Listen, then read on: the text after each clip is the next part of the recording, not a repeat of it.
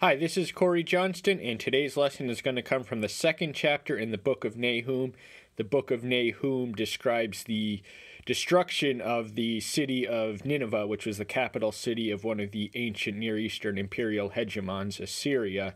And the first chapter explains the causes, the second explains the causes of those effects. So in the first chapter, we learned that it is motivated by Yahweh's displeasure. Assyria was an ancient epicenter of iniquity, and he had enough, and judgment had to come, and the king had conspired or plotted against Yahweh, not only by plotting against his people, but virtually just living a virtue-free life and all of that. And it ultimately culminates in a promise that his dynasty would be no more, and his city would be no more, and his empire would be no more. So in the third chapter, it also describes the judgment which befalls them after the destruction, and the city was so destroyed that it took archaeologists until the year of 1845 to actually discover its remnants, but it once existed as a flourishing ancient metropolis, and it was all but sunk below the ground until archaeological excavation uncovered it in 1845. So the opening verse of the second chapter reads, "He who breaks in pieces has come up before your face. Guard the ramparts, watch the way, strengthen your loins, strengthen your power greatly."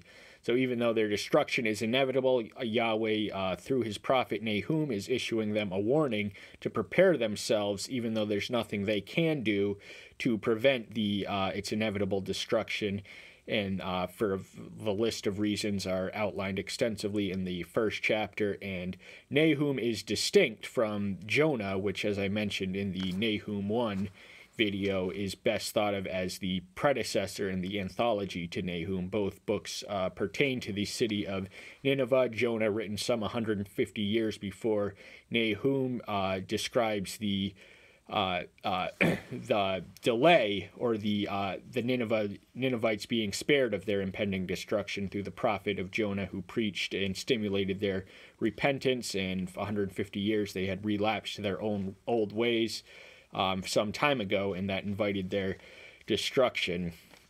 "For Yahweh shall turn back the splendor of Jacob, like the splendor of Israel. For the emptiers have emptied themselves out and ruined their vine branches."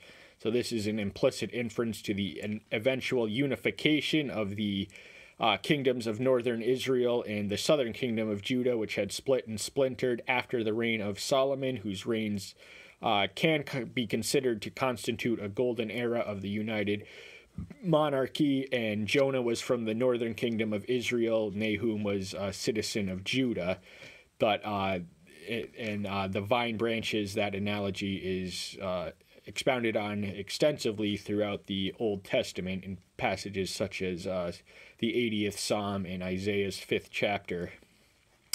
"The shields of his mighty men have become red. The men of battle are in scarlet. The chariots are like flaming torches in the day of his preparations, and the cypresses shall reel."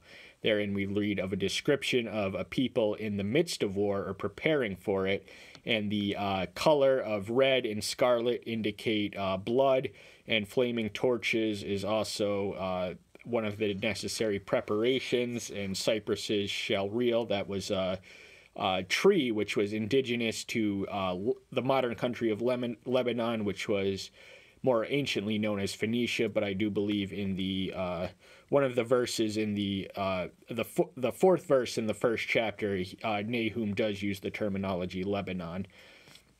"The chariots dash about in the streets. They rush one another in the broad ways. They look like flaming torches. They run like lightning." So this is a frightening sight, the chariot in action. Chariots were an instrument of ancient warfare, which were occupied exclusively by aristocrats who could afford the horses and the armor and the weapons to wield them in war.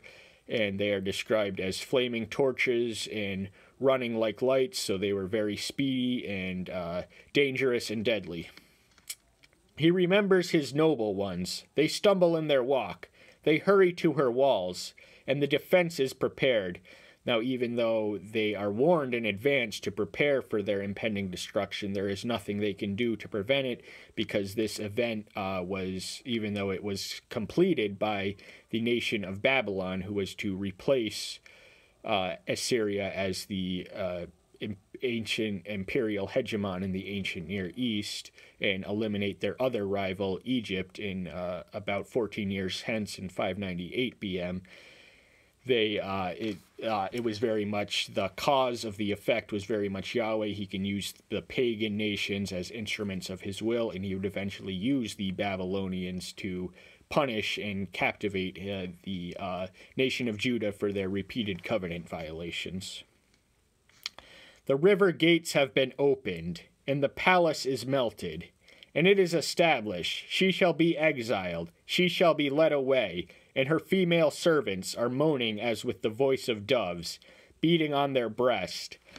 So it was established. That means it was foreordained, premeditated, and predetermined in the councils of eternity, and they had effectively reaped what they had sown, because they had exiled all of their conquest people, scattered them throughout the empire, and this led to the ethnic contamination of the former denizens of the northern kingdom of Israel, who were mixed and intermingled with pagan nations, and this was the Assyrian resettlement policy. The logic behind it was to prevent any ethnically homogenous people from remaining intact, and therefore more potentially likely to induce a rebellion and a united front in that rebellion. And Nineveh of old was like a pool of water. Now they flee away. Stop, stop, they cry, but no one turns back. So this once grand and magnificent ancient metropolis shall be reduced to nothingness, and they will have no choice but to flee, and all the crying for help in the world isn't going to help them, because Jonah 150 years ago had cried to them after their sins itself had screamed to the heavens, which did not escape Yahweh's ear. He instructed his prophet Jonah to cry repentance to them, but they had repented of their repentance and forgotten the spirit which temporarily saved their ancestors. Plunder the silver, plunder the gold. There is no limit to the treasure, a wealth of all precious objects. Now, Assyria, as a dominant geopolitical entity, would have had control of mass amounts of wealth and earthly items and earthly treasures, but they accumulated it in the final analysis for naught, because all earthly items are destined to ultimately decay, but even before they do, there's no permanent ownership. They never truly belong to us. We are at best stewards of the resources he owns and he provides for our benefit. He creates as well. She is empty, even emptiness and waste, and the heart has melted, and the knees have knocked together, and much pain is in all loins, and all their faces have become flushed. This is the natural response to being a once thriving metropolis reduced to a ghost town, and this is not a pleasant sight to behold for the people who are experiencing the destruction of their once beloved city, in as much as they were capable of loving anything. But the pain is in all loins. The three-letter word all means that it was universal throughout the body, and their pain was inescapable, and that's just that. It was a physical pain of which he spoke, which are the most likely pains to be inflicted and experienced in the course of human warfare. Where is the den of the lions and the feeding place of the young lions, where the lion, the lioness, and the lion's club walked, with no one to disturb them? Lions were animals exalted to significance by the Assyrians. Lions as the preeminent or most royal and majestic of carnivorous predators. The warlike people would have had a natural affinity towards them, and they decorated their palaces and their temples and some of their homes with images and inscriptions of lions. These were an animal they held in affectionate regard, but they are all going to disappear, and the symbolism with which it was attached to them, the idea being that they were once mighty people, but no more. So all worldly might eventually and inevitably and invariably does not last. The lion tore in pieces enough for his cubs, and strangled for his lioness, and filled his caves with praise, and his prey dens with torn prey. So this is analogous to the nation of Assyria, which killed people for the nation, which is nations are addressed in feminine. When we speak of any nation, we speak of it as her, and they filled their caves with prey. That means they had a notorious reputation for systematic savagery. They would stack mutilated carcasses and skulls of ancient people in their own cities and in the cities they conquered to send a message about the futility of resistance, and they particularly targeted the intelligentsia of their rival or upstart nations.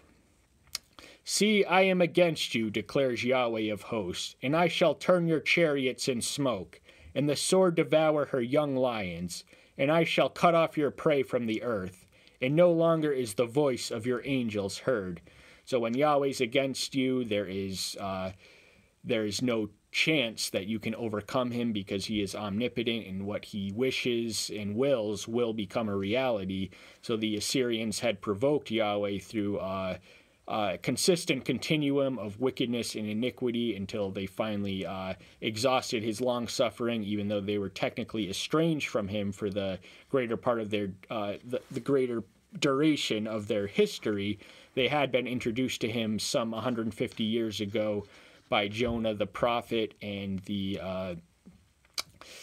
their young would not be spared from the conquest. That is one of the cruel side effects, unavoidable side effects of war, is that citizens and children are casualties of siege warfare, or any other warfare for that matter. And he shall cut off their prey from the earth. That means that the nations which they harassed and conquered and subjugated are analogous to the prey, and no longer are the voices of your angels heard. Now they certainly spoke to and prayed to different deities. I believe they had a fish deity which would have embraced them from which the original language translation is derivative and etymologically rooted in the same name of what became their capital city, Nineveh, and this would have endeared. Jonah had a fish story from a fish town, so he didn't exactly come in there and instantly, without credentials or without witness to the miraculous nature of the God he served, but all their gods were idols, and I think in one of the chapters he expounds on the connection between their adultery and their idolatry, and the connection of this is explored most extensively in the minor prophet book of Habakkuk, but that's ultimately a subject for another lesson, and we're going to cut it a little short. It was a short chapter of only 13 verses, but that's all we have to say for it today and for now. Stay tuned for next time. Thank you so much. Tune in soon. See you then.